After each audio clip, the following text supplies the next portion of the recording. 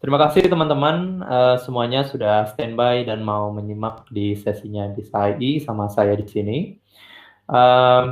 Di sini saya lebih menjelaskan dulu Kodopolitan baik teman-teman yang tadi sebetulnya sekilas sama Hilya sudah dijelaskan.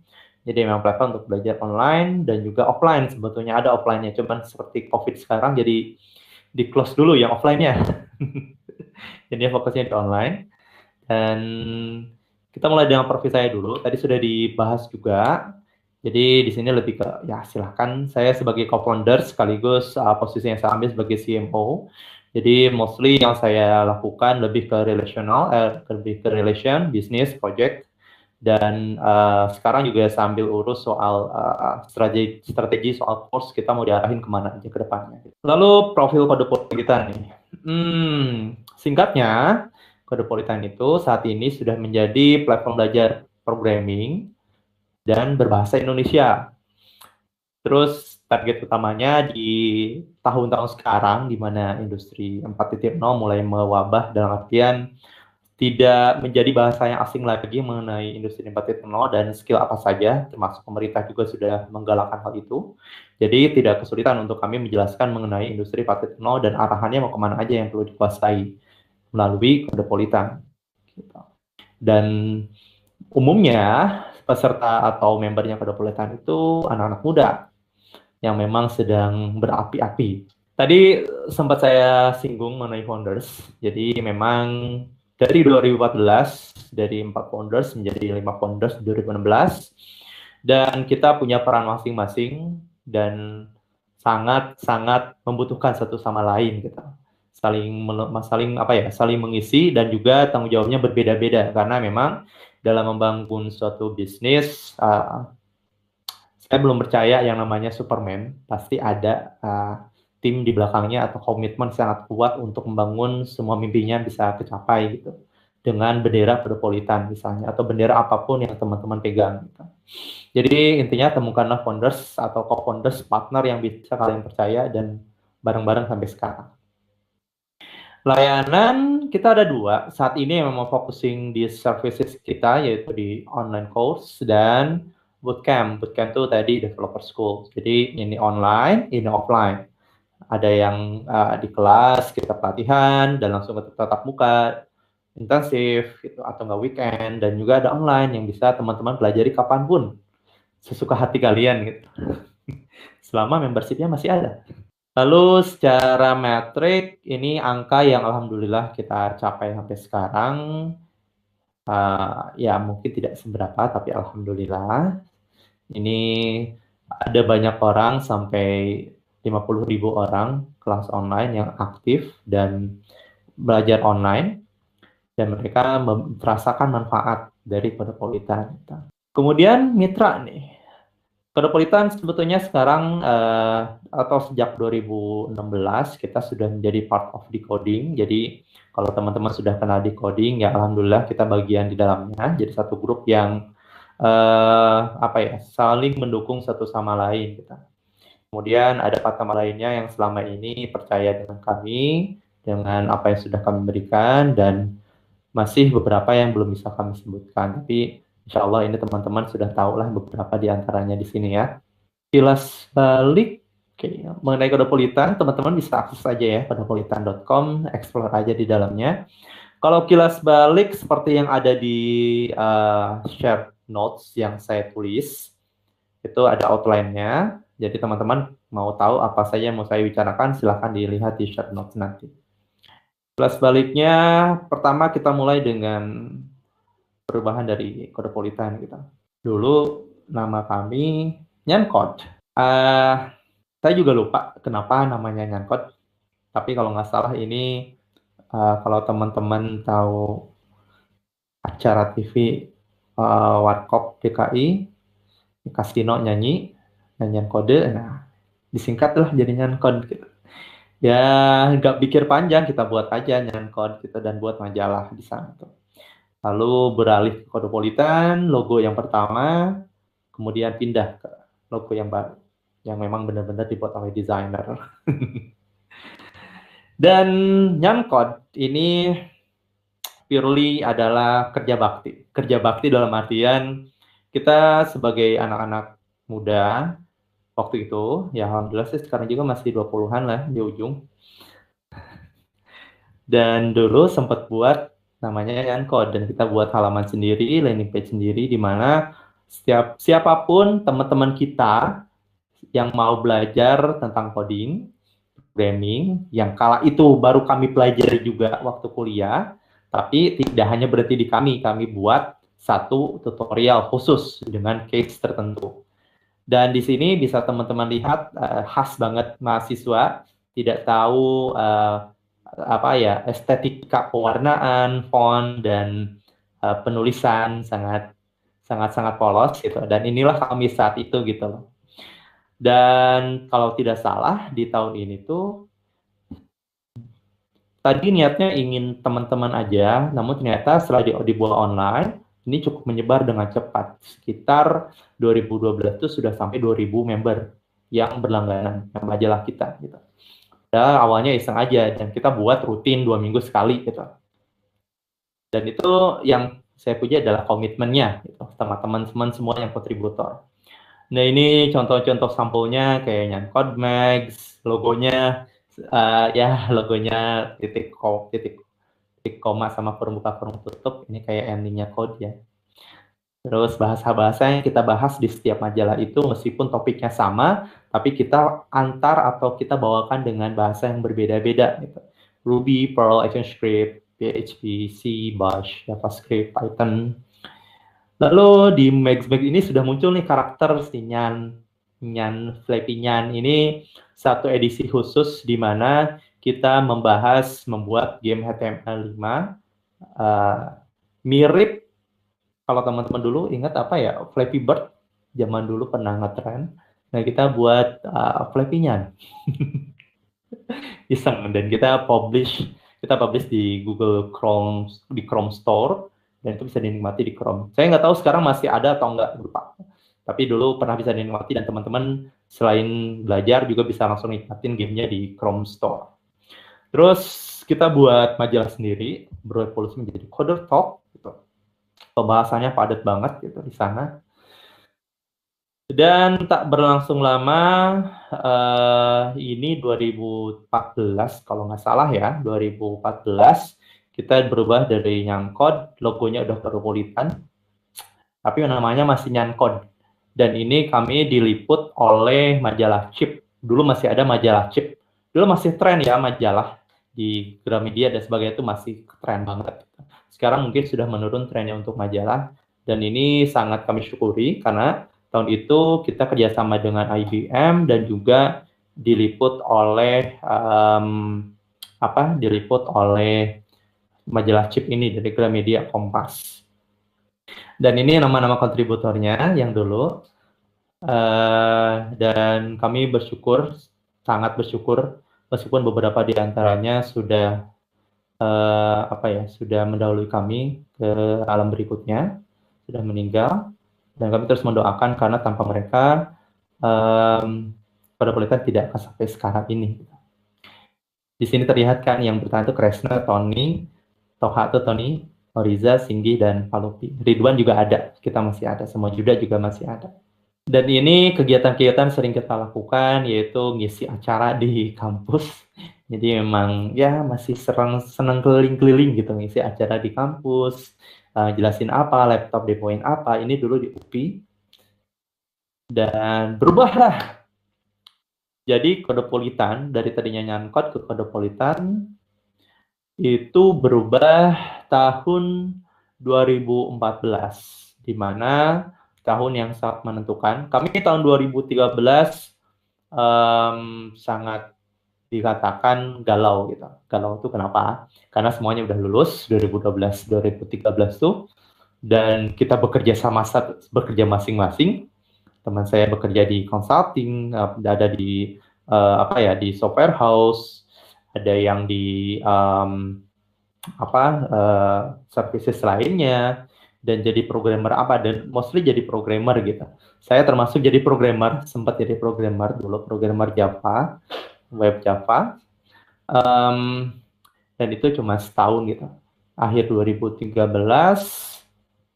setelah kita melihat banyak email dan pertanyaan, majalah berikutnya kapan nih rilis Nyankod katanya. Kita nunggu nih. Jadi memang yang 2000 orang tadi itu menantikan rilis-rilis majalah Nyankod seterusnya. Kami sempat vakum selama kurang lebih 8 sampai 10 bulan. Setelah itu dengan nekatnya saya Kresna Oriza akhir 2013 memutuskan untuk resign.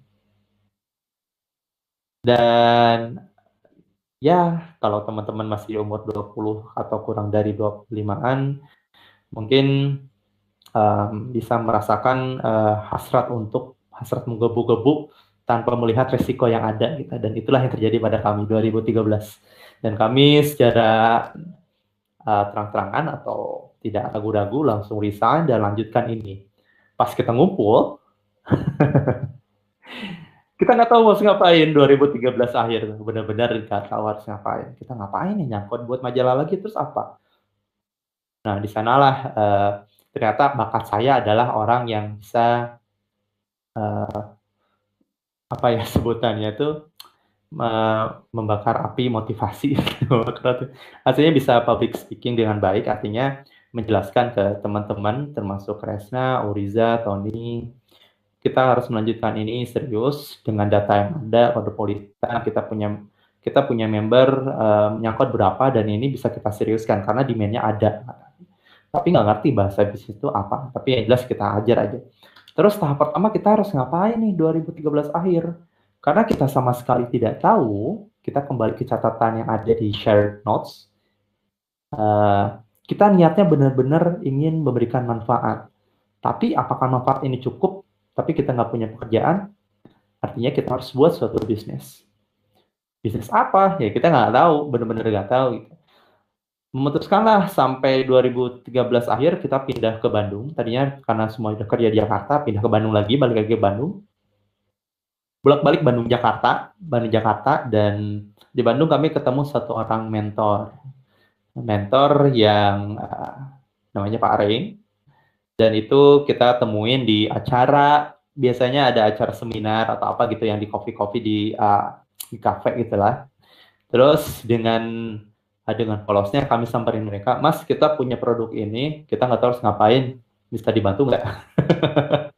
Dengan polosnya kami benar-benar tidak tahu harus ngapain, jadi benar-benar kami lihat ini orang potensial nih untuk kami tanyain gitu, dan paham untuk bisnis ke depan seperti apa.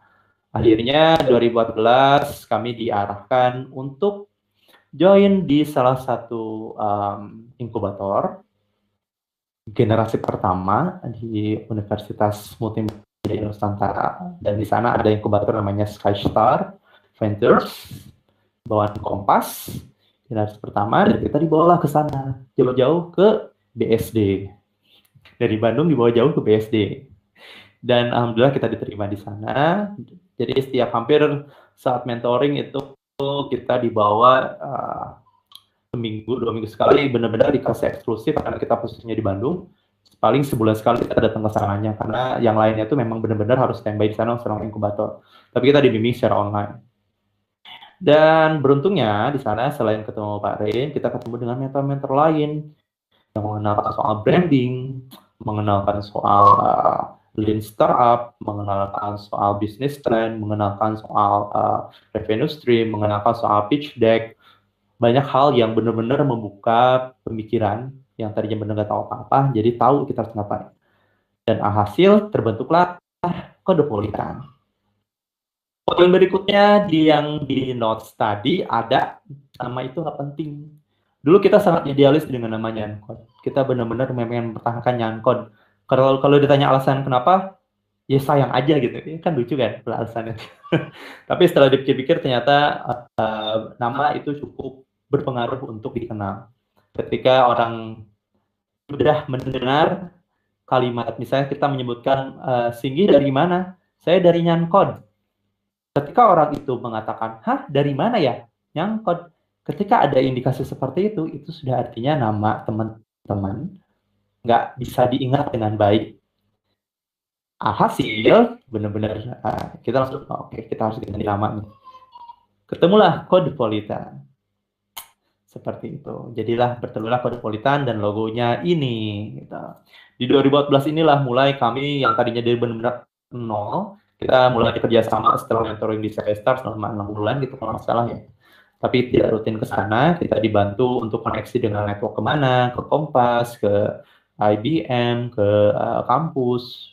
Kita menyebar dengan nama Kodepolitan dan sebagai media online belajar programming. Majalah tetap ada nyangkut, kita generate lagi, tapi kita bentuk produk baru yang namanya majalah artikel-artikel ringan yang bisa teman-teman baca.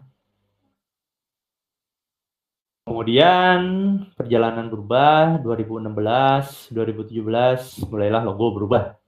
Jadi Kodepolitan yang sekarang ini. Jadi platform yang benar-benar bisa teman-teman gunakan atau teman-teman nikmati untuk belajar programming gitu. Kita sediain interaktif, sediain course online dan offline juga. Sejarahnya gimana tuh 2014, 2015, 2016?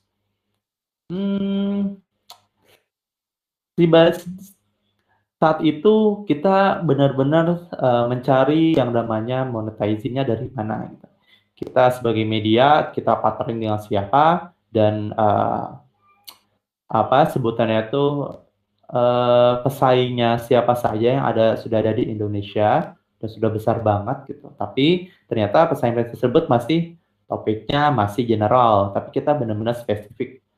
Sangat berisiko mengambil niche market seperti programming, seperti engineers, developers. Saat itu tapi kita sudah visioning bahwa kita punya vision di mana dan sempat pitching mengenai program-program seperti hiring programmers yang lagi ngetrend sekarang gitu. Tapi ternyata kita salah waktu.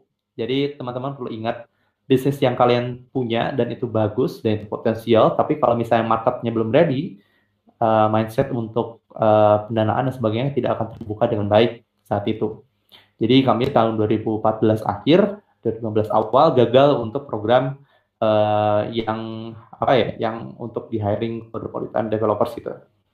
Karena tidak ada yang mau dan tidak percaya dengan program itu. Namun ternyata setelah di sini mulai boom lah, banyak banget kan. Akhirnya kita tidak mengambil market itu, kita spesifik, oke, kita fokus dengan learning deh. Media, gimana caranya ngebuat orang-orang bisa menikmati dan terbuka pemikirannya mengenai coding ini, mengenai programming, mengenai teknologi. Karena perlu teman-teman tahu, saat ini kalau teman-teman yang namanya anak Ilkom atau yang anak-anak yang setidaknya tahu soal komputer sedikit, ketika dibicarakan kamu jagonya apa, saya jagonya ngoding, pasti ditanyanya harga printer atau enggak ditanyanya laptop spek yang bagus apa ya, atau handphone yang bagus apa ya. Karena tidak ada pengetahuan atau dasar untuk memahami sebetulnya bidang kita itu di bidang apa gitu. Dan jujur sampai sekarang pun saya juga sebagai sudah berapa tahun masih kesulitan untuk menjelaskan itu ke orang tua. Tapi setidaknya kita cukup membawa buktinya bahwa apa yang kita lakukan itu memang betul-betul bermanfaat gitu, dan memang bisa menjadi bisnis yang baik. Nah, salah satunya adalah dengan media ini, dan tanpa kami sadari pula ternyata media ini cukup dipercaya untuk Kodepolitan ini dipercaya menjadi media acuan programmers di Indonesia, apalagi programmers muda, karena mereka dimulai dari magazine itu ke artikel kan lebih ringan untuk dibaca. Rutin banget kita buat tipstik, info, toko, tools, yang komik, meme. Dulu yang ngetren banget tuh komik sama meme gitu. Itu sering di repost banget di sosial media. Dan 2016 awal mulanya kita benar-benar firm punya bisnis yang menguntungkan, dalam artian kita bisa secara organically itu bisa menghidupi bisnis kita, maju perlahan dan perlahan. Memang tidak secepat yang punya bahan bakar yang besar. Kita hanya punya bahan bakar sedikit, namun kita secara bijak menggunakannya dan terus berkembang sampai sekarang, sampai ada kantor di Bandung, sampai ada course-nya di Bandung, dan semua fasilitas yang kita punya dan beberapa karyawan yang kita punya saat ini gitu. Dan satu hal yang bisa saya berikan bahwa kenapa si Kodopolitan dan bisa sejauh ini itu satu ya karena keberuntungan. Karena mostly bisnis atau startup itu fail, tapi kita beruntung bisa bertahan sampai atau nggak bisa berkembang, bukan bertahan lagi tapi berkembang. Bertahan itu indikasinya seperti konstan, tapi kita berkembang selama 8 tahun terakhir kalau hitungnya 2014 ya. Dan juga 6 tahun terakhir kalau hitungnya 2014. Dan juga yang kedua yang saya sangat syukuri adalah tim yang solid, di mana founders-founders ini punya komitmen yang kuat sampai saat ini gitu, dan mengasah skillnya di bidang masing-masing gitu, termasuk saya sendiri gitu. Dan inilah yang perlu teman-teman pegang kalau ketika punya bisnis atau ingin membuat bisnis, temukanlah teman-teman yang punya visi yang sama dan punya komitmen yang sama gitu. Intinya orang-orang yang amanah dan bisa bekerja sama dengan baik dengan kalian gitu. Karena kalau sendiri itu sepertinya sangat tidak mungkin. Seperti itu. Untuk sekilas Kodopolitan informasinya seperti itu saja. Selebihnya akan lebih menyenangkan kalau kita tanya jawab aja ya. Oke, baik. Terima kasih banyak Pak Singgi atas ceritanya yang luar biasa ya. Kita bisa ambil banyak pelajaran dari Pak Singgi. Mungkin saya pengen ngerangkum sedikit Pak dari penjelasan kisah sukses Bapak. Nah, jadi yang pertama itu kita butuh tim ya Pak untuk membangun suatu startup. Karena nggak ada tuh yang namanya Superman ya Pak. Ya, saya belum nemu sih startup yang berdiri sendiri kayak misalnya emang Steve Jobs dulu ada sendirian nggak kan? Contohnya ya, enggak kan? Pasti ada tim di belakang. Dan itu pun saya alami perlu tim. Baik, selain itu juga dari Kodopolitan sendiri itu sudah banyak sekali pencapaian-pencapaian tadi yang didapat. Bahkan sekarang muridnya sudah hampir 50.000 ya Pak ya? Sudah lebih dari 50.000. Ya, membernya pun udah lebih dari 130.000-an. Wow, oke, luar biasa sekali Pak. Nah itu dalam waktu berapa lama ya Pak untuk mencapai hal seperti itu? Oke, kalau member itu kan karena sudah terbentuk dari semenjak media, artinya dari 2015-2016an. Kalau schools tuh yang online sama offline-nya itu dari 2017 gitu ya, 2017 kalau nggak salah. 2017 kita mulai launch, 2018, 2019 mulai perbaikin jadi online, sampai sekarang. Gitu. Jadi sekitar 3 tahunan lah. Nah itu kira-kira apakah ada strategi Pak untuk mendapatkan banyak murid atau dengan mengembangkan si Kodopolitan itu sendiri? Oke, kalau teman-teman belajar atau memahami mengenai konteksnya, yang kita lakukan itu bukan hanya idealisme atau yang kita lakukan itu bukan hanya mengenai teknologi semata, tapi yang kita lakukan itu adalah gimana cara memberikan manfaat dari apa yang kita buat. Nah, salah satunya adalah selalu mendengarkan apa yang konsumen kalian butuhkan gitu. Dan telisik itu dalam artian berapa banyak sih yang memang membutuhkan bagian A atau bagian B. Jadi sejauh ini kenapa Kodopolitan bisa berubah sampai sekarang? Karena teman-teman tadi, karena membernya, karena konsumennya, karena pembelajarnya atau siapapun yang terlibat dan memberikan masukan ke kita, dan itulah yang membuat kita berubah lebih baik sampai sekarang. Wah, keren sekali Pak. Jadi ini penting banget ya, ternyata teman-teman bisa di-highlight tadi perkataan oleh Pak Singgi, keren banget. Nah oke, selain itu Pak, dari Bapak sendiri tadi saya juga dapat bahwa tadi bener banget kita harus, niatnya awalnya itu harus baik, yaitu memberi manfaat ya Pak. Jadi kayak sharing is caring gitu. Nah kemudian selain itu juga harus komitmen ya Pak, untuk memulai suatu startup agar bertahan. Betul. Karena apa? Karena buat startup itu bukan ngebayangin, buat startup, nanti gue jadi Bill Gates atau tiba-tiba jadi Mark Zuckerberg gitu, atau enggak jadi founder WhatsApp atau Android gitu ya. Membuat startup itu pertama harus benar-benar fokus. Fokus itu artian di awal itu kalian atau enggak siapapun sebagai founders benar-benar harus mencurahkan seluruh hatinya, pikirannya untuk gimana cara mencapai tujuan kita. Dari mulai resikonya sampai misalnya kita nggak punya uang sama sekali, sampai bisnisnya nggak jalan, yang paling penting adalah gimana kalian bangkit lagi dari kondisi itu dan menemukan jalan untuk bisa meneruskan impian kalian di misalnya di Kodopolitan kayak gitu sih. terlihat sederhana, namun melakukannya sangat sulit. Ada satu makna di mana kita pernah ngalamin di tengah-tengah tuh istilahnya galau tuh dalam artian sebenarnya Cosmopolitan kita mau bawa kemana nih? Gitu. Setelah ini kita mau bentuk apa lagi nih? Kita sama sekali nggak tahu, tapi kita coba. Gitu. Daripada menunggu untuk teori, karena kita termasuk orang-orang yang nekat, kita coba dulu gitu. Baru gather feedback dari konsumen gitu. Kalian betah nggak dengan layanan ini? Atau seneng nggak? Atau nggak apa yang perlu ditingkatin nggak? Kita benar-benar terus nanya gitu. Dan mereka selalu ngirim email atau nggak langsung ngechat ke kita, Mas ini bagian ininya tolong dong. Dan tanpa disadari gitu ya, Cosmopolitan itu platform online belajar. Mungkin ya kalau secara online tidak jauh beda sama course MOOC yang lain ya, seperti Udemy atau apapun itu, layanannya gitu-gitu aja. Tapi yang berbeda adalah community yang terbentuk di belakangnya.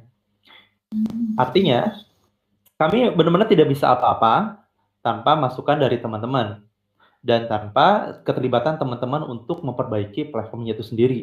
Kita punya yang namanya Wall of Fame, di mana mereka adalah orang-orang kontributor yang mencari celah keamanan di Cosmopolitan, dan kami sangat care dengan teman-teman seperti itu, dan kami menjaga komunikasi yang baik untuk support komunitasnya supaya berkembang, termasuk komunitas di kampus-kampus, komunitas dimanapun yang berhubungan dengan teknologi gitu loh. Seperti itu. Oke, baik Pak Singgi. Baik Pak, selanjutnya saya ingin bertanya juga nih Pak. Mungkin saya ingin menyapa dulu kepada para peserta dan mengingatkan lagi yang ingin bertanya bisa langsung ditanyakan di public chat untuk yang hadir bisa tampil, dan untuk para peserta yang live via YouTube bisa di chat di kolom komentar ya. Nanti akan saya bacakan pertanyaannya yang dari para peserta yang live via YouTube. Baik Pak, ini ada pertanyaan sih Pak dari para peserta dari bisa tampil. Oke, boleh. Oke. Dari Dewangga Ardian Pratama, Kak. Cara mengatasi kendala komunikasi antar founder bagaimana ya, Pak? Cara mengatasi kendala komunikasi antar founder. Kendalanya apa nih? Apakah karena jarak atau gimana? Yang jelas itu. Yang pertama, mungkin kalau misalnya saya interpretasikan sendiri ya, kalau misalnya teman-teman ketika menghadapi kendala, misalnya kendala dalam menyampaikan suatu ide atau pendapat, dan founders yang lain merasa tidak sesuai dengan ide tersebut. Being open. Dalam artian, teman-teman harus bisa memberikan atau menjelaskan apa yang teman-teman maksud dengan founders yang lain. Dan gimana cara membuat teman-teman yang lain itu sepaham dengan apa yang teman-teman ingin sampaikan. Jangan ngotot, tapi jelaskan dengan pelan-pelan. Dan harus saling cover satu sama lain. Ketika memang ada 4, misalnya 3 founders, 1 orang, 2 orang sedang berdebat, tapi tidak menemukan titik tengah. 1 orang lagi harus berperan sebagai orang yang bisa menengahkan atau memberikan pemahaman keduanya gitu. Dan itu keharmonisan itu yang mahal gitu.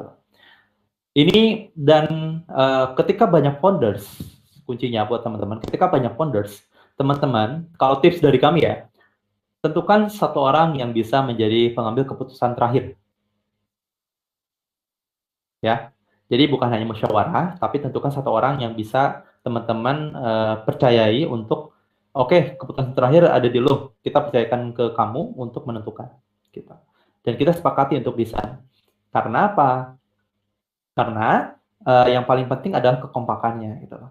Kalau memang ternyata yang diputuskan itu salah, ya kita perbaiki lagi gitu. Itu aja. Seperti itu. Dan sering-sering ngobrol. Itu aja, jangan sekali doang ya. Jadi yang penting itu tadi itu ya Pak, apa kita bisa mendapatkan keputusan yang tepat dan juga berlapang dada ya Pak atas pendapat orang lain. Iya. Jadi yang teman-teman bicarakan dengan sesama founders, buatlah itu terbuka, jelaskan kenapa harus itu dilakukan atau harus itu yang diambil dan apa pendukungnya gitu. Benar-benar seperti kita memberikan ide yang mana ide tersebut memberikan dampak untuk perusahaan kita bersama gitu. Jadi benar-benar di sana jangan sampai mementingkan oh ide gue lebih baik, enggak.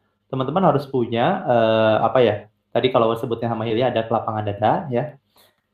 Istilahnya adalah pemikiran yang terbuka untuk menerima pendapat dari tim founders yang lain gitu.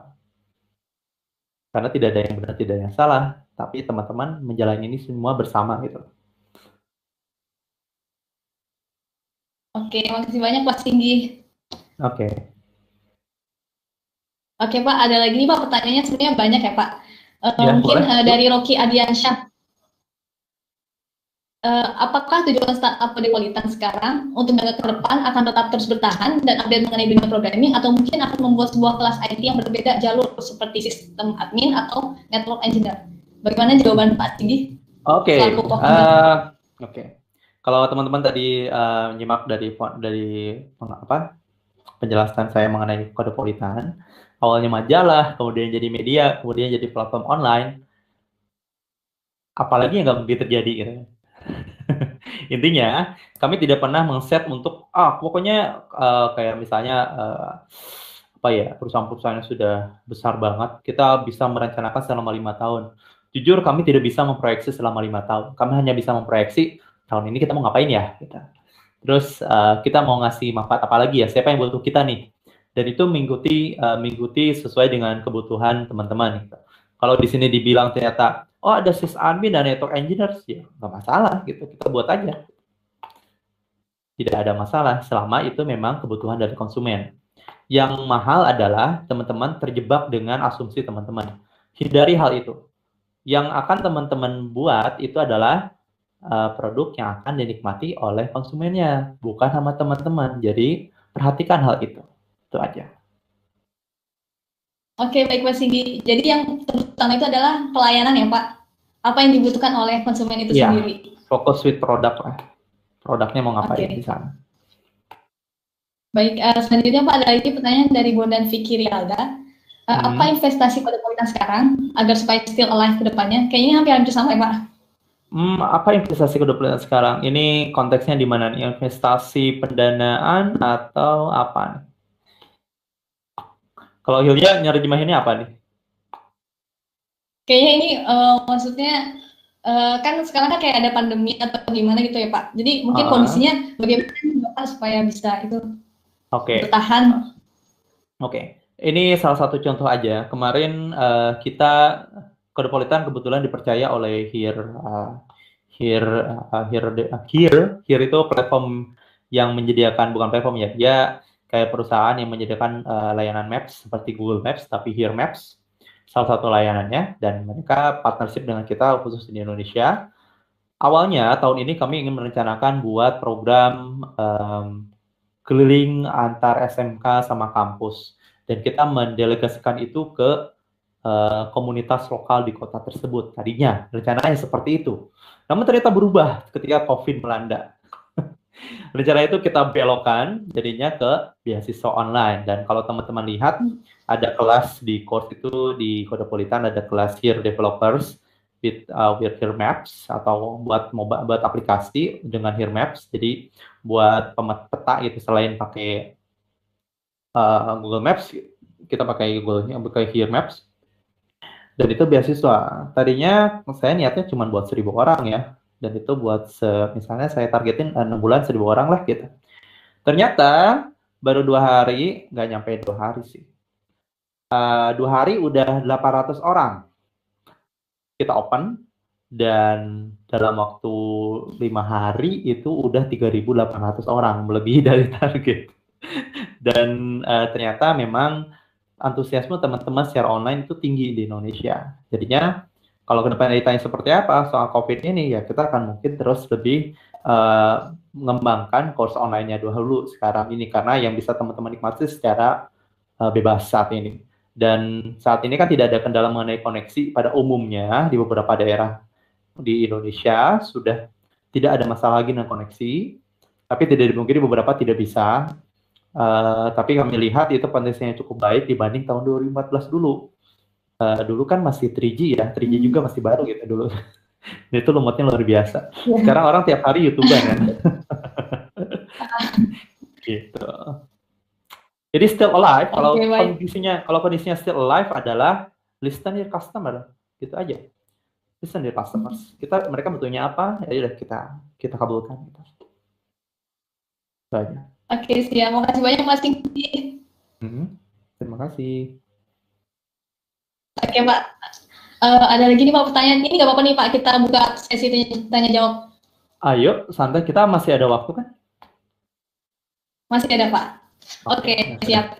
Ini Pak dari Nadia Nur Fitriani, apa yang membuat Kodepolitan beda sama kelas-kelas lainnya? Ini mungkin lebih ke bagaimana nih Pak Cindy dengan bertahan dengan kompetitor yang jelas mirip atau enggak sejenis gitu Pak bisnisnya? Banyak banget kompetitor yang mirip gitu ya. Dan kalau teman-teman tahu soal jadi awal-awal memang jebakan paling utama adalah teman-teman akan khawatir kalau buat bisnis atau startup, teman-teman akan khawatir dengan wah ini banyak kompetitor, gimana nih cara buat added value yang lebih gitu. Benar-benar ngebuat sama bisnis plan dan sebagainya. Kodepolitan udah ngelewatin tahap itu dan menurut kami bukan itu kuncinya. Kuncinya adalah teman-teman harus tahu marketnya kita sebesar apa. Dan sekarang penetrasi market online udah berapa persen, terutama penetrasinya untuk penetrasi itu misalnya dari 10 orang, berapa orang sih yang sudah tahu soal online course dan mereka langganan gitu, misalnya 2 orang. Berarti masih ada 7 orang, 8 orang lagi yang belum tahu. Market seluas itu, apakah kalian perlu mengkhawatirkan soal kompetitor? Nggak perlu.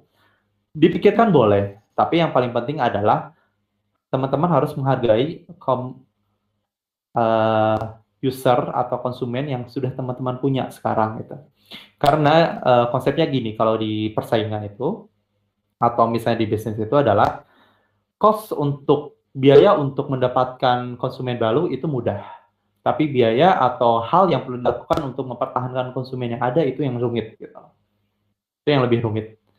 Karena orang akan cenderung bisa memilih dari beberapa platform itu, mereka akan memilih oh ini lebih murah, oh ini lebih biasanya kalau kita kan memilihnya lebih murah gitu ya.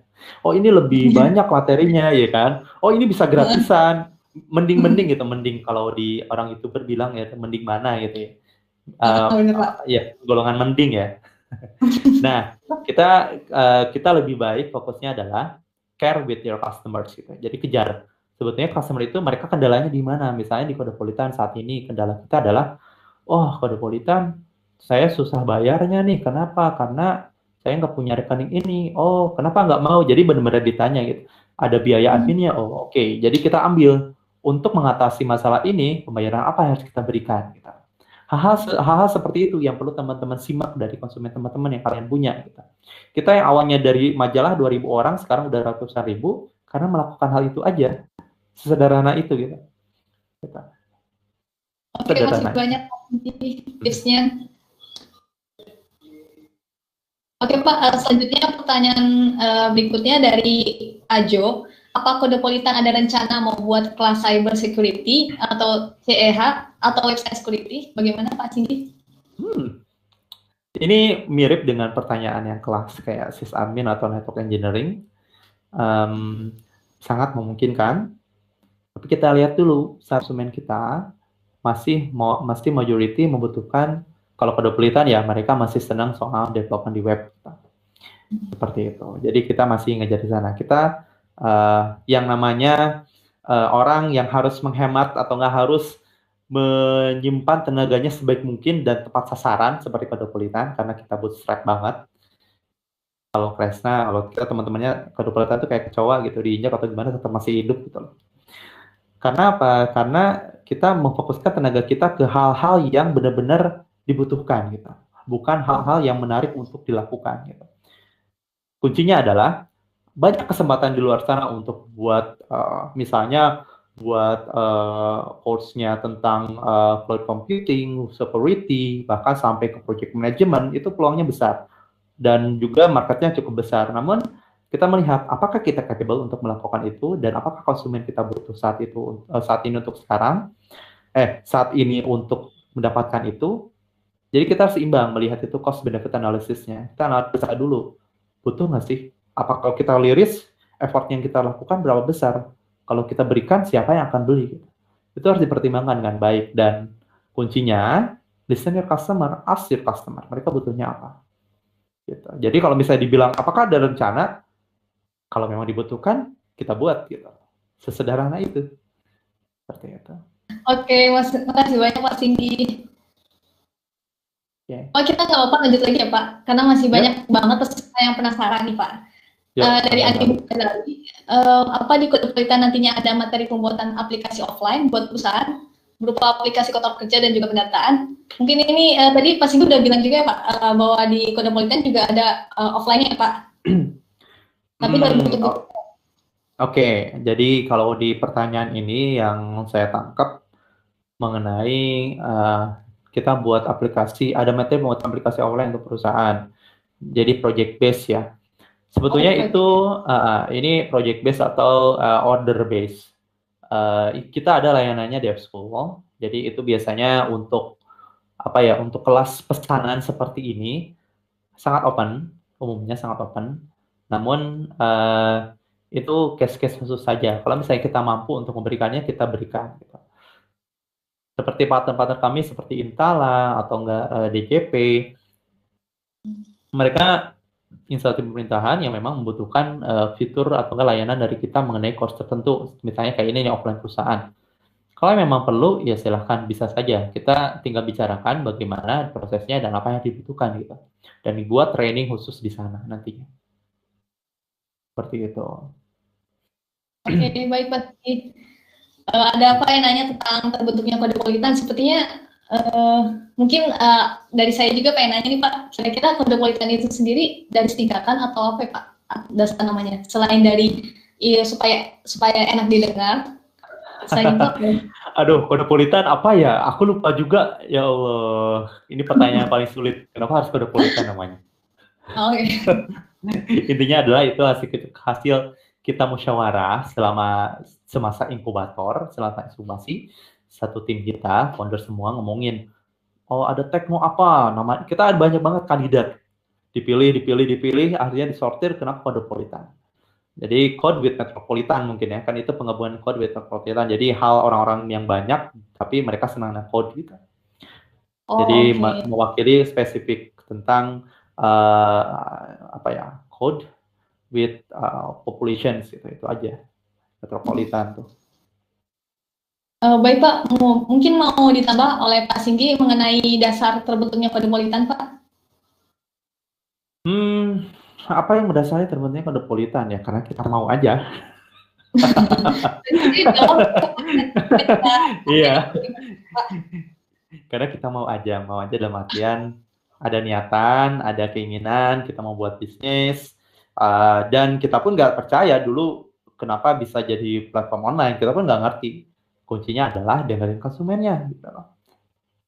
Dan jangan berasumsi terlalu jauh, jangan juga menganggap bahwa teknologi yang canggih adalah itu yang dibutuhkan oleh konsumen. Enggak. Yang dibutuhkan adalah yang memenuhi kebutuhan gitu. Bukan yang canggih banget sekarang teknologi apalagi. Saya juga nggak terlalu ngerti teknologi yang terbaru sekarang apa gitu. Yang jelas efektif itu sesuai dengan kebutuhan gitu aja. Oke, baik. Terima kasih banyak Pak Singgi. Mungkin saya mau cari dulu dari YouTube. Para peserta itu bisa di chat di kolom komentar apabila ada yang ingin bertanya. Dan mungkin dari saya Pak ingin bertanya nih Pak. Pak boleh mewakili teman-teman yang ada di sini. Oke, silakan santai-santai. Kalau misalkan kita tahu nih Pak, kalau misalkan teknologi dan informasi itu berkembang sangat cepat. Nah, bagaimana dengan pembelajaran Cosmopolitan? Apakah selalu diupdate? Bagaimana Pak? Ya, update pasti. Karena itulah yang kita. Kami kemarin minggu lalu pun sudah baru rilis 2 course baru soal Tailwind sama Larakes. Livewire. Sorry, Larakes. Itu punya Hakim.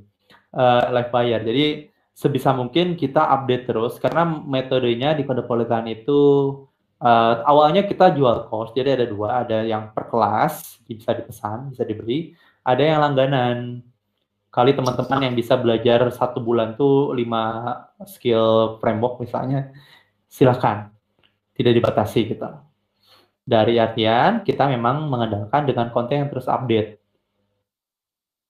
Seperti itu. Mungkin saat ini areanya masih di web development dan juga mobile development. Itu aja. Karena memang kedua itu yang lagi dibutuhin gitu.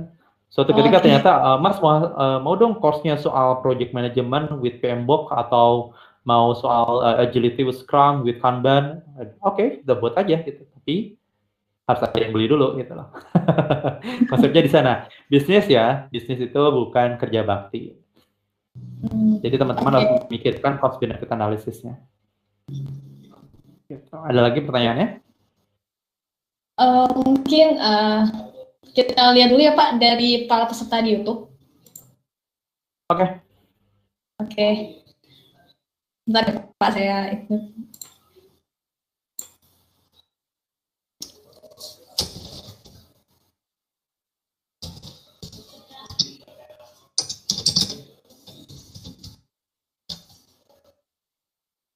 Sekarang saya lagi tanya ke operatornya terlebih dahulu. Mungkin sambil menunggu operatornya, saya mau nanya lagi nih Pak. Nah kan tapi ada kursus offline juga ya Pak. Nah, bedanya dengan kursus pemrograman offline lainnya gimana Pak?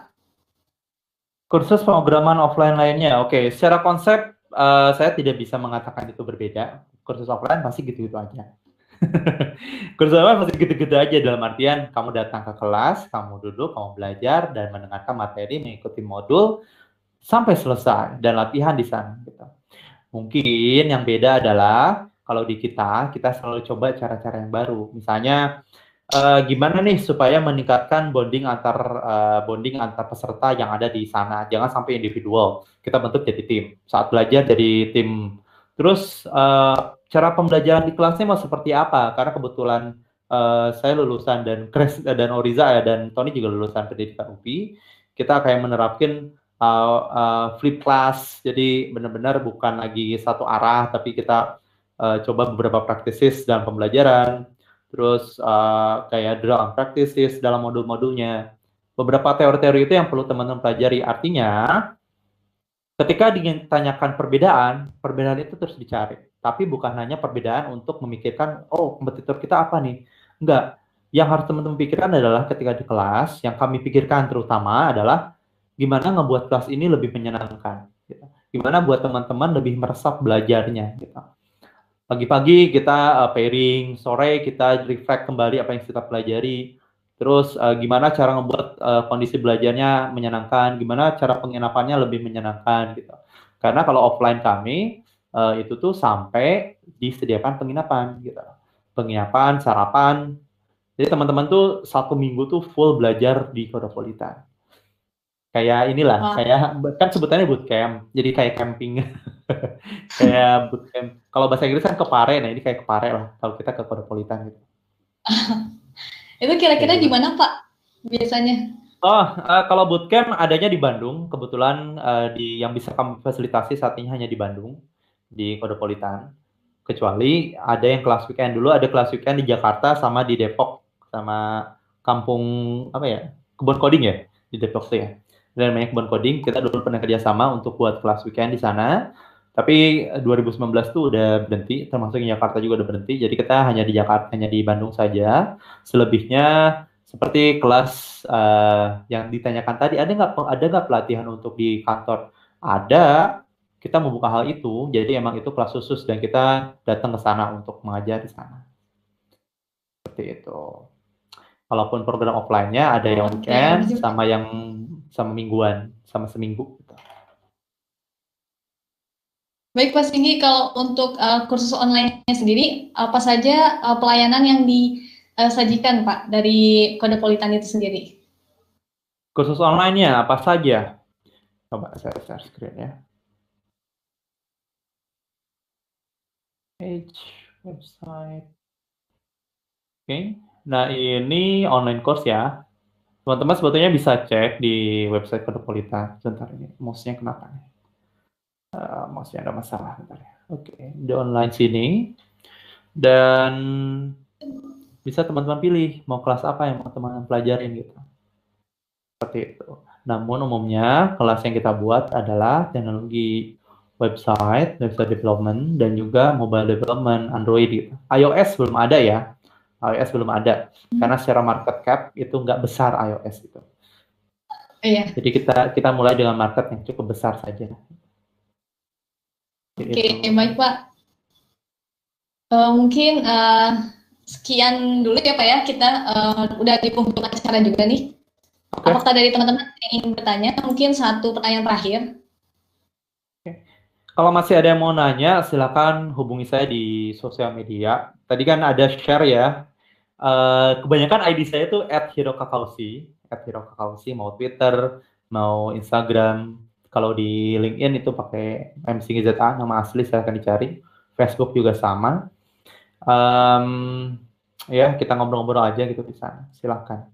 Kalaupun mau tanya-tanya soal Kodopolitan, langsung aja ke akunnya Kodopolitan. Cari aja fanspage-nya, cari Instagramnya, terus temukan juga forum-forum yang ada di Kodopolitan di sana. Udah. Oke, baik. Ini mungkin bisa diketik Pak di chat publik, kira-kira apa yang sosial media apa yang bisa dihubungi untuk Oke. Pak Singgi sini.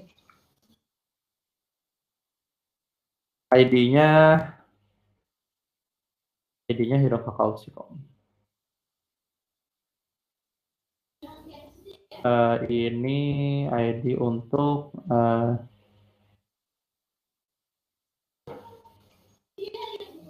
sosmed IG, Twitter, apa lagi ya?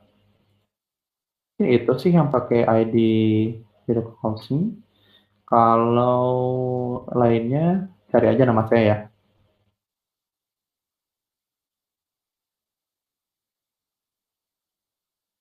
Saya sering berkicau di Twitter, tapi obrolannya random, jadi nggak ada pencitraan di sana. Jadi obrolan yang benar-benar random yang nggak nyambung. Jadi silakan kalau teman-teman yang iseng mau nyimak. Oke, baik Pak Singgi. Mungkin pertanyaan terakhir ya Pak, sebelum saya membacakan pertanyaan terakhir, saya ingin mengingatkan kepada teman-teman para peserta yang hadir di Bisa Tampil, untuk nanti di akhir sesi bakal ada foto bersama. Jadi nanti para peserta dipersilakan untuk membuka webcamnya Pak. Apakah diperbolehkan Pak Singgi? Sip. Oke, baik. Nah, Oke, saya pengen coba polling ya. Teman-teman, tolong jawab iya atau tidak. Apakah kalian ketika hadir di sini sesuai ekspektasi atau tidak ketika mendengarkan apa yang saya sampaikan? Sesuai dengan harapan teman-teman atau tidak? Iya atau tidak ya? Saya lempar. Silakan dijawab. Silakan kepada para peserta bisa diklik ya di pojok kanan bawah. Ada polling option, yes atau no. Jadi tadi pertanyaannya apakah sudah sesuai ekspektasi para peserta? Ya, ketika teman-teman datang ke sini kan ada harapan. Apakah sudah sesuai harapan teman-teman atau tidak? Kalaupun tidak, silakan berikan chatnya sebetulnya apa yang teman-teman harapkan.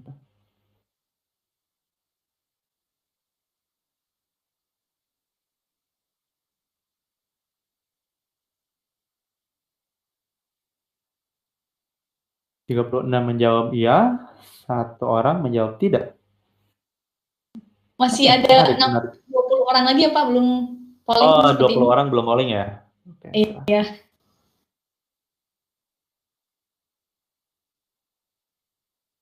Silahkan dibantu teman-teman. Ini hal yang sering saya lakukan, dalam artian kapanpun itu lakukan peningkatan. Kalau misalnya memang ada yang perlu di-input atau feedback, silakan berikan. Inilah caranya kita nggak berhenti untuk belajar. Dapatkan terus feedback dari orang lain. Betul sekali Pak Singgi. Oke. Mungkin dari para peserta bisa chat juga di public chat ya Pak. Bagaimana kesannya terhadap acara ini dan apa yang ingin diberikan kepada acara ini, feedbacknya bisa di kolom public chat. Oke, mungkin takutnya kelamaan, mungkin bisa di stop aja, nggak apa-apa. Oke, baik, dari para peserta bisa dipersilahkan membuka webcamnya sambil saya memberikan satu pertanyaan terakhir untuk Pak Singgi. Oke. Oke Pak, ini dari Andi Muhammad Ghazali. Nah, materi project apa nanti masih ada tambahan untuk setiap course? Gimana pertanyaannya? Kayaknya ini materi project apa nanti? Aduh, saya juga bingung. Coba dibaca aja. Oke, materi full project apa nanti masih ada tambahan untuk setiap course? Kayaknya maksudnya Materi. update-nya ya, Pak, seperti tadi yang saya tanya. Oke. Yang saat ini kalau Kodopolitan sendiri yang lebih banyak adalah studi kasus. Jadi yang umumnya dibutuhkan itu bukan hanya dasar lagi ternyata. Maksudnya bukan dari A ke Z secara sekuensial, tapi studi kasus. Jadi misalnya diberikan satu kasus, gimana nih cara ngebuat keamanan web kita lebih baik? Oke, kita buat course-nya. Kita buat kelasnya. Kayak gitu sih. Jadi benar-benar yang menarik buat teman-teman kaji. Dan umumnya kita tarik materi itu sesuai dengan request dari konsumennya gitu. Mereka butuh apa? Oh, buat kurs ini nih kayaknya kita lagi penting atau enggak, ternyata di industri mereka lagi menarik membahas soal misalnya soal React Native, tapi cost-nya apa? Misalnya React Native untuk mobile apps dan Android, mobile apps dan website. Gitu. Gimana cara ngebuatnya? Oke, kita buat gitu. Tapi satu topik tertentu. Jadi emang fokusnya di studi kasus.